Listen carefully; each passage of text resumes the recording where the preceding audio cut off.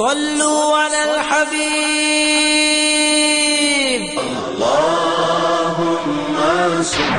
حضور صلی اللہ علیہ وسلم کو تو یقین تھا نا کہ میں اللہ کا نبی ہوں، میرا سٹیٹس کیا ہے. وَاعْلَمُوا أَنَّ فِيكُمْ رَسُولَ اللَّهِ. وہ قرآن جو تھا وہ براہ راست رسول اللہ صلی اللہ علیہ وسلم کے قلب پر نازل ہوا.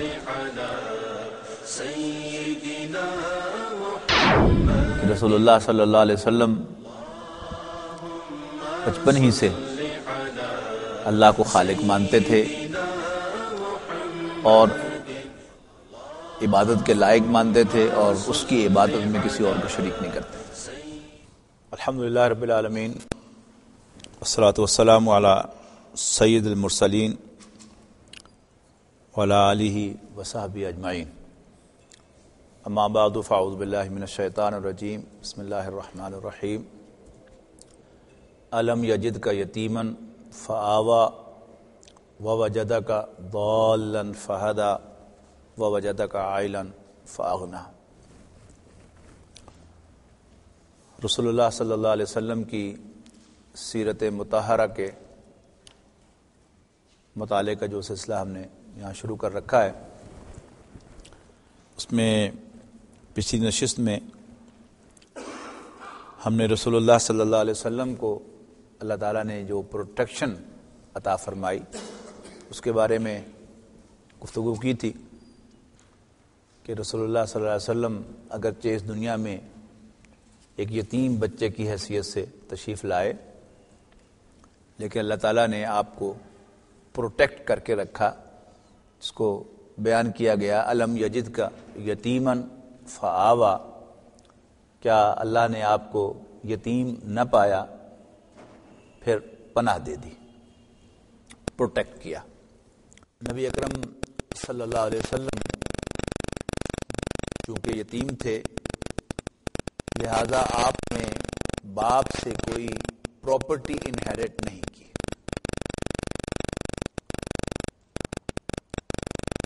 نبی اکرم صلی اللہ علیہ وسلم کو خاندان کی پروٹیکشن تو حاصل رہی، لیکن آپ کو اسپون فیڈ نہیں کیا گیا. لہذا خود رسول اللہ صلی اللہ علیہ وسلم کے فرمان کے مطابق بخاری کی روایت ہے کہ میں نے چند پتوں کے عوض فلاں گھرانے کے جانور چرائے، اور مکہ مکرمہ میں جانور چرانا فیصلہ برات کے گرد و نواح میں جانور چرانے سے بہت مختلف ہے. جہاں عام ٹیمپریچر جو ہے وہ 50 سے اوپر ہوتا ہے، اور پھر ہریاول نہیں، دور دور تک پتھریلی ریتلی زمین، نوکیلے پتھر اور ریت. اس ماحول میں نبی اکرم صلی اللہ علیہ وسلم نے جانور چرائے. اس کا یقیناً اس حدیث کے مطابق وہ فائدہ بھی حاصل ہوا کہ آپ نے فطرت کا مشاہدہ کیا. اوپن ایئر، آسمان، زمین، بادل، ہوائیں، پھر غور و فکر کا موقع. ایک چرواہے کو اگر وہ ذہین ہو، اپنے اس کام میں جو غور و فکر کا موقع ملتا ہے وہ شاید دنیا کے کسی اور کام کرنے والے کو نہیں مل سکتا. ایک تو اس کے پاس وقت ہوتا ہے، دوسرے ایک کھلی فضا ہوتی ہے جہاں سین جو ہے وہ جلدی سے نہیں بدلتا. آپ شہر میں کھڑے ہیں تو رنگا رنگ کے آدمی سامنے سے گزر رہے ہیں،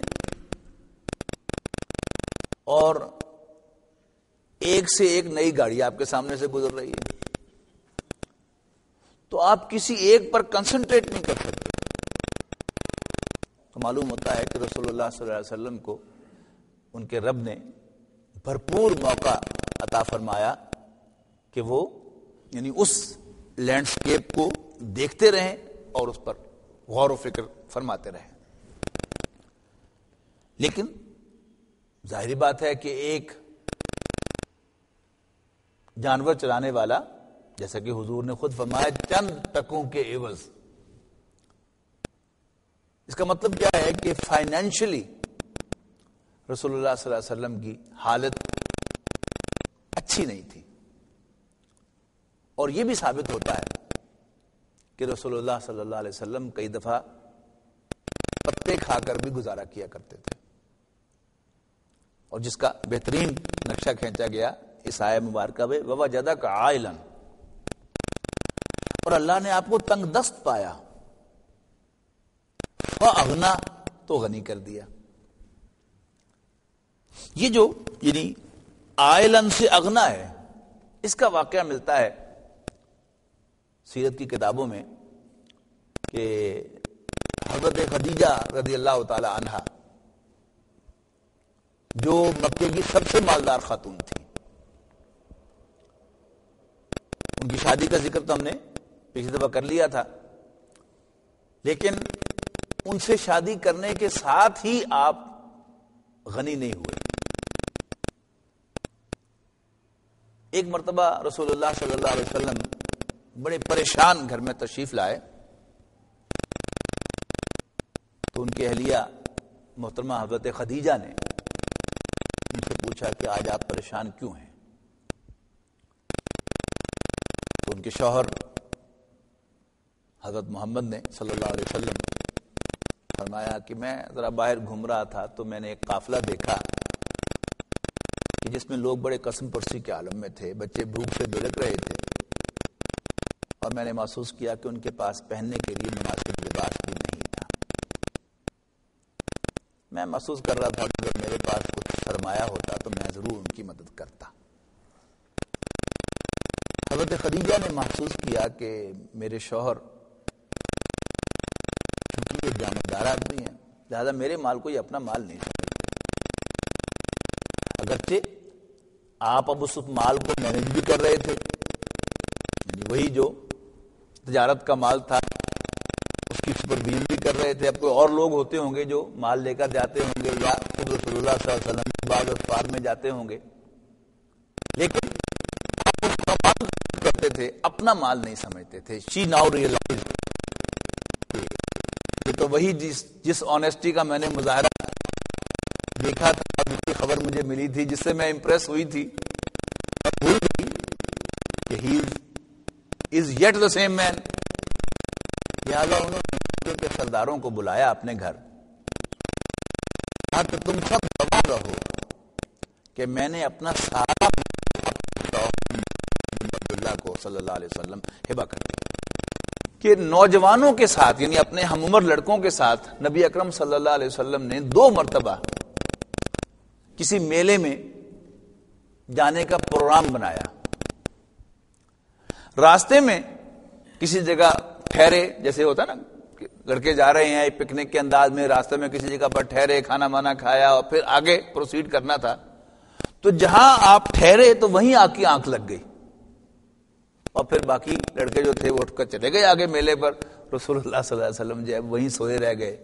تو یعنی کوئی بھی کام جو آپ کے شایان شان نہیں تھا، گمراہی کا کام، اس کا کوئی ثبوت رسول اللہ صلی اللہ علیہ وسلم سے نہیں ملتا. لہذا یہ سمجھنا کہ رسول اللہ صلی اللہ علیہ وسلم معاذ اللہ کبھی گمراہ بھی رہے تھے، یعنی اس ریلیجس سینس میں، یعنی کوئی کام جسے بھی عام طور پر مذہبی اصطلاح میں گمراہی کا کام کہا جاتا ہے، اس کا کوئی ثبوت رسول اللہ صلی اللہ علیہ وسلم سے نہیں ہے. پھر سوال یہ پیدا ہوتا ہے کہ یہ لفظ اللہ تعالیٰ نے کیوں استعمال کیا ہے؟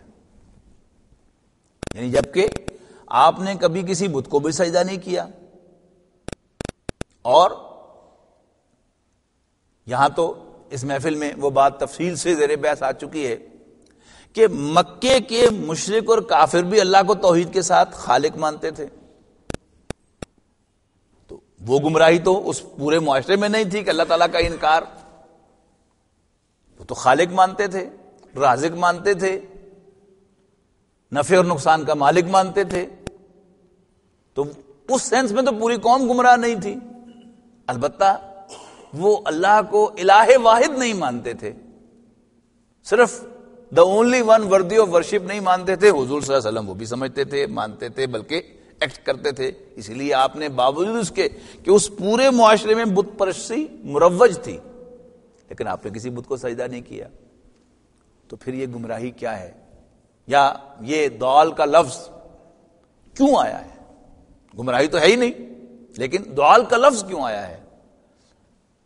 ایک پہلو سے میں نے غور کیا تو مجھے کلو ملا کہ ہاں ایک ایریا ایسا ہے کہ جہاں رسول اللہ صلی اللہ علیہ وسلم نے ملٹیپل اٹیمپٹس کی ہیں to find the right direction. وہ ایریا کیا ہے؟ وہ ایریا ہے سروس آف مین کائنڈ. یعنی ایک ہے انسان کا اللہ کے ساتھ تعلق، ایسا معلوم ہوتا ہے کہ رسول اللہ صلی اللہ علیہ وسلم was very clear about it. دوسرا ہے انسان کا انسان کے ساتھ تعلق، جو تقاضا کرتا ہے کہ وہ دوسرے انسان کی مدد کرے. یعنی انگریزی میں بھی یعنی ہیومن بینگ کسے کہتے ہیں؟ انسان کو. لیکن ہیومینٹی کیا ہے؟ Service of mankind. تو بینگ اے ہیومن بینگ، رسول اللہ صلی اللہ علیہ وسلم کے اندر جو ارج تھی ہیومینٹی کی، ٹو سرو ادرس کی، وہ بھی پورے طور پر تھی. لیکن کوئی بھی شخص ہیومینٹی کو پریکٹس کر سکتا ہے according to the sources available to ہم، جبکہ رسول اللہ صلی اللہ علیہ وسلم ٹو اسٹارٹ ود کوئی صاحب ثروت انسان سے ہی نہیں. لہذا جو معروف معنوں میں انسان کی خدمت کہلاتی ہے، he was not in a position to do that. لہذا اب یعنی بچپن سے جو سیرت ہم پڑھتے چلے آئے ہیں ٹیکسٹ بک کے اندر، اس میں دو الفاظ اب آپ کو یاد آئیں گے کہ رسول اللہ صلی اللہ علیہ وسلم یتیموں کی سرپرستی اور بیواؤں کی خبر گیری کیا کرتے تھے. ہے نا؟ یاد آیا نا؟ اچھا، اب یہ دونوں کام کیا ہیں؟ ان دونوں میں پیسہ انوالو نہیں ہوتا. یعنی یتیم بچے کی اصل ضرورت کیا ہوتی ہے؟ پیسہ نہیں. کوئی شخص ہو کہ جو اس کو ایسے گلے لگائے جیسے اس کا باپ اگر زندہ ہوتا تو گلے لگاتا. کوئی ایسے اس کا منہ چومے جیسے اس کا باپ اگر زندہ ہوتا تو اس کا منہ چومتا. تو کوئی اگر ہو کہ جو کسی یتیم بچے کو چومے، اس کو گلے لگائے جیسے اس کا باپ گلے لگاتا ہے، تو this is the best service that you can provide to ہم. اور رسول اللہ صلی اللہ علیہ وسلم یہ سروس پرووائڈ کیا کرتے تھے، اینڈ یہ ود ان ہز ریسورسز تھی. دوسرا، یعنی آج پر قیاس نہ کیجئے. آج سے 1400 سال پہلے، 1450 سال پہلے ایک بوڑھی عورت، بیوہ، اس کی ضرورتیں تو ہیں، لیکن وہ اس معاشرے میں فریلی موو نہیں کر سکتی. جیسے آج کی عورت جو ہے، اس کو ڈرائیونگ بھی آتی ہے، اس کے پاس فون بھی ہے، اس کے پاس کریڈٹ کارڈ یا ڈیبٹ کارڈ بھی ہے، پھر عزیز و اقارب 100 ریسورسز ہیں اس کے پاس. تو اس معاشرے میں اس وقت کوئی نوجوان اگر کسی بوڑھی بیوہ خاتون سے ہر دوسرے تیسرے دن جا کر صرف یہ پوچھتا رہے، اماں جی کوئی کام ہوئے تو دسو، تو I think this is the best that he can do for her. تو رسول اللہ صلی اللہ علیہ وسلم بیواؤں کی خبر گیری فرمایا کرتے تھے. اس میں بھی پیسہ کوئی نہیں لگتا. اب یہی بات جو ہے وہ آگے بڑھ رہی ہے کہ رسول اللہ صلی اللہ علیہ وسلم تجارت کے پیشے سے وابستہ ہو گئے. اب آبویسلی یعنی پہلے تو ایک نوجوان جس کی جیب میں دھیلا بھی نہیں ہے، وہ پوچھتا ہوگا کسی بوڑھی خاتون سے جا کر کہ اماں جی کوئی کام ہوئے تو دسو، تو دل ہی دل میں اس کو ڈر ہوتا ہوگا کہ اس نے کہہ دیا کہ 4 پیسے مجھے چاہیے تو میں کیا کروں گا. لیکن گریجولی رسول اللہ صلی اللہ علیہ وسلم بزنس کے پیشے سے وابستہ ہو گئے، تو اب کچھ نہ کچھ اس پوزیشن میں بھی آ گئے، اور اب فائنینشلی بھی ہیلپ کرنی شروع کر دی. اس کے بعد پھر وہ بڑا واقعہ پیش آیا، یعنی وہ ایک پورا قافلہ آپ نے دیکھا جس کا ذکر میں نے ابھی کیا ہے، تو اب محسوس ہوا کہ یعنی وہ جو سمجھتے تھے کہ یہ میرا ہے، اس کی ریسورسز سے باہر تھا اس قافلے کی مدد کرنا، تو ہی فیلٹ کہ میرے پاس اتنا سرمایہ نہیں ہے کہ میں اس کی مدد کر سکوں. تو اللہ تعالیٰ نے کیا کیا، حضرت خدیجہ کے دل میں بات ڈالی اور انہیں اعلان کر دیا کہ میں نے سب کچھ ہبہ کر دیا، تو غنی ہو گئے. اب اس کا مطلب کیا ہے کہ رسول اللہ صلی اللہ علیہ وسلم نے اس پیسے کو وہ ہیومینٹی کے لیے صرف کیا ہوگا. پھر ایک اور واقعہ جو ہے وہ آپ کو ملتا ہے سیرت کی کتابوں میں کہ مکے میں ایک آرگنائزیشن تھی جس کا نام تھا حلف الفضول. حلف کہتے ہیں اوت کو، اور فضول یعنی اس کا بالعموم جو سیرت کی کتابوں میں وضاحت کی گئی ہے کہ اس میں کچھ فضل شامل تھے، فضل بن عبداللہ، فضل بن عباس، فضل بن فلاں، تو اس میں اسی لیے اس کا نام حلف الفضول ہو گیا، فضلوں کا حلف، فضلوں کی آرگنائزیشن. لیکن مجھے اس پر کنسرن ہے، اس ایکسپلینیشن پر، کہ اگر وہ فضلوں کی آرگنائزیشن تھی تو پھر حضور صلی اللہ علیہ وسلم کا نام تو فضل نہیں تھا. How come he was the member of that organization? تو میں یہاں فضول کا جو ایکسپلینیشن اپنے ذہن میں سمجھتا ہوں یہ ایڈیشنل کے معنوں میں ہے. یعنی ایک ہوتی ہے انسان کی جاب، ایک ہوتا اس کا والنٹیئر ورک. تو یہ گویا والنٹیئر آرگنائزیشن تھی کہ کچھ لوگ، یعنی کوئی بزنس مین ہے، کوئی ورکر ہے، کوئی کچھ ہے، لیکن وہ سب مل کر کچھ فلاح و بہبود کے کام کرتے تھے. اس لیے کہ اگر آپ اس کا مینیفیسٹو پڑھیں سیرت کی کتابوں میں تو اس میں ہے بھوکوں کو کھانا کھلائیں گے، کوئی مدد